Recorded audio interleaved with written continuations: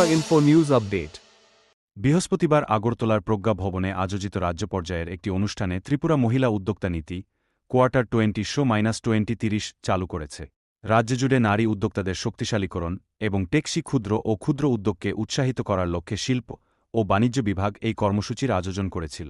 এই দিনের অনুষ্ঠানে উপস্থিত ছিলেন শিল্প ও বাণিজ্য দপ্তরের মন্ত্রী সান্তনা চাকমা, শিল্প ও বাণিজ্য দপ্তরের সচিব কিরণ গিত্তে, চা উন্নয়ন নিগমের চেয়ারম্যান সমীর ঘোষ, শিল্প ও বাণিজ্য দপ্তরের অন্যান্য আধিকারিকরা। এই নীতিমালার লক্ষ্য হল নারী উদ্যোক্তাদের জন্য একটি সহায়ক বাস্তুতন্ত্র তৈরি করা, যার মধ্যে রয়েছে অর্থায়ন, বাজার, প্রযুক্তি এবং প্রাতিষ্ঠানিক সহায়তার সীমিত সুযোগ সুবিধা মোকাবেলা করা। এটি নারীদের জীবিকা নির্বাহের কার্যক্রম এবং অনানুষ্ঠানিক উদ্যোগ থেকে টেকসই এবং আনুষ্ঠানিক ব্যবসায়িক উদ্যোগে রূপান্তরিত হতে উৎসাহিত করারও চেষ্টা করে।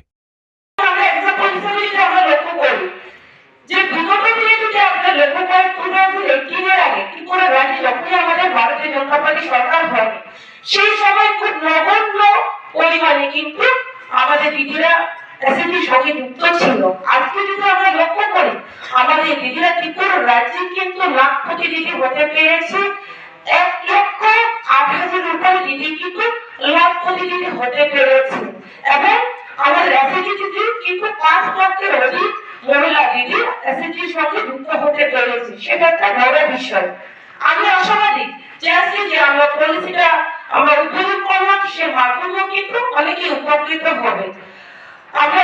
আপনারা লক্ষ্য করতে পারবেন যে আমাদের এই নীতির মাধ্যমে, এই নীতির আওতায় মহিলা উদ্যোক্তাদের নতুন উদ্যোগ স্থাপনের ক্ষেত্রে 30% থেকে 40% পর্যন্ত মূলধন ভর্তুকি, সেটা কিন্তু একটা বড় বিষয়। পাশাপাশি যদি আপনারা লক্ষ্য করেন, স্বাবলম্বন প্রকল্পের ক্ষেত্রে 35% প্রকল্প কিন্তু ভর্তুকি।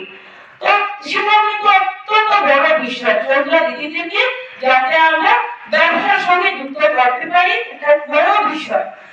পাশাপাশি এখানে আরো তাদের ইচ্ছাশক্তি জাগ্রত হবে আমি মনে করি। তার পাশাপাশি কার্যকরী মূলধনের উপর সুদের আংশিক সহযোগিতা পাবে। তো আমরা সর্বোপরি যদি আমরা লক্ষ্য করি, আমাদের কেন্দ্র সরকার হোক, আমাদের রাজ্য সরকার বিভিন্ন দিক থেকে মহিলাদেরকে এগিয়ে নিয়ে যেতে যাচ্ছে।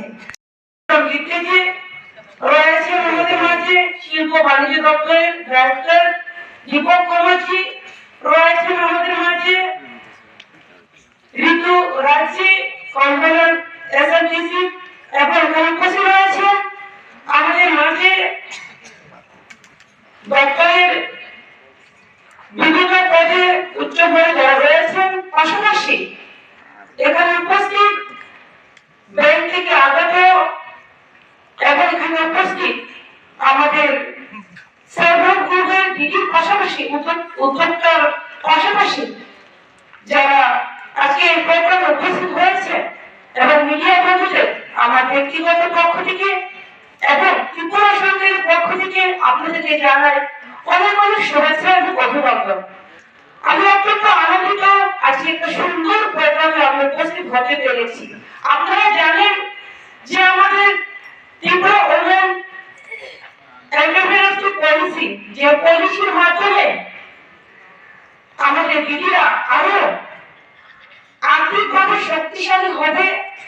পাশাপাশি আমাদের কেন্দ্র সরকারের এবং রাজ্য সরকারের লক্ষ্য হচ্ছে আত্মনির্ভর ভারত, আত্মনির্ভর ত্রিপুরা করা। তারই একটা অঙ্গ হিসেবে আমাদের দিদিদের এগিয়ে যাবে, আত্মনির্ভর হবে, আত্মনির্ভরের পথে আরো এগিয়ে যেতে পারবে এই পলিসির মাধ্যমে আমি মনে করি। আমি অত্যন্ত গুরুত্বপূর্ণ যে বিষয়টি যেটা মনে করি যে আমাদের দিদিরা কৃষির ক্ষেত্রে হোক অথবা তাদের হস্তশিল্পের ক্ষেত্রে হোক, ক্ষুদ্র ব্যবসার ক্ষেত্রে দিদিরা সমস্ত দিক থেকে পারদর্শী। তো আমরা অনেক সময় লক্ষ্য করি দিদিরা যখনই কোন একটা ব্যবসা শুরু করতে যান, পাশাপাশি ব্যবসাকে আরো প্রচার অথবা বৃহত্তর আকারে করতে চান, সেই সময় দেখা যায় কখনো কখনো তারা আর্থিকভাবে অভাব দেখা যায়। পাশাপাশি তাদের পণ্যকে বাজারজাত করা হোক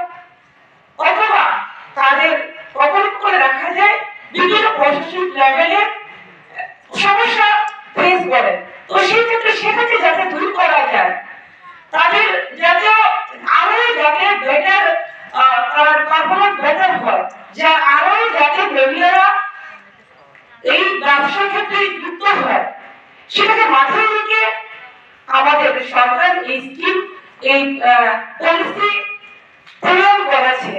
তো আমি মনে করি আমাদের দিদিরা একদিকে ব্যবসা দিকে এগিয়ে যাবে, অন্যদিকে পরিবারের অর্থনৈতিক গ্রোথ হবে, পাশাপাশি শুধুমাত্র পরিবারের নয়, একটা মহিলা যখনই এগিয়ে যায় তখন আমাদের পরিবারের পাশাপাশি আমাদের সমাজও এগিয়ে যায়। তো সেই ক্ষেত্রে আমি মনে করি আমাদের জন্য, আমাদের মহিলাদের জন্য অত্যন্ত গুরুত্বপূর্ণ বিষয়। আপনারা জানেন আমাদের কেন্দ্র সরকার এবং রাজ্য সরকার মহিলা দিদিদের জন্য কিন্তু সমস্ত ক্ষেত্রে 33% রিজার্ভেশন করেছে, যাতে করে মহিলারা আত্মনির্ভর হতে পারে। তো যেহেতু আমাদের কেন্দ্র সরকার মোদী নেতৃত্বে সরকার মহিলা দিদিকে এগিয়ে নিয়ে যেতে যাচ্ছে, যেহেতু আমাদের ত্রিপুরা সরকার আমাদের মাননীয় মুখ্যমন্ত্রী প্রফেসর ডক্টর মানিক সাহাজির নেতৃত্বে আমাদের মহিলাদেরকে আত্মনির্ভর করতে যাচ্ছে, তো সেহেতু আমাদের প্রত্যেকের দরকার, প্রত্যেকটা দপ্তরের দরকার, প্রত্যেকেরই সহযোগিতা করা দরকার, যাতে আমরা মহিলা দিদিকে এগিয়ে নিয়ে যেতে পারি। To Tripura Info and press the bell icon so that you never miss any latest updates and news on Tripura.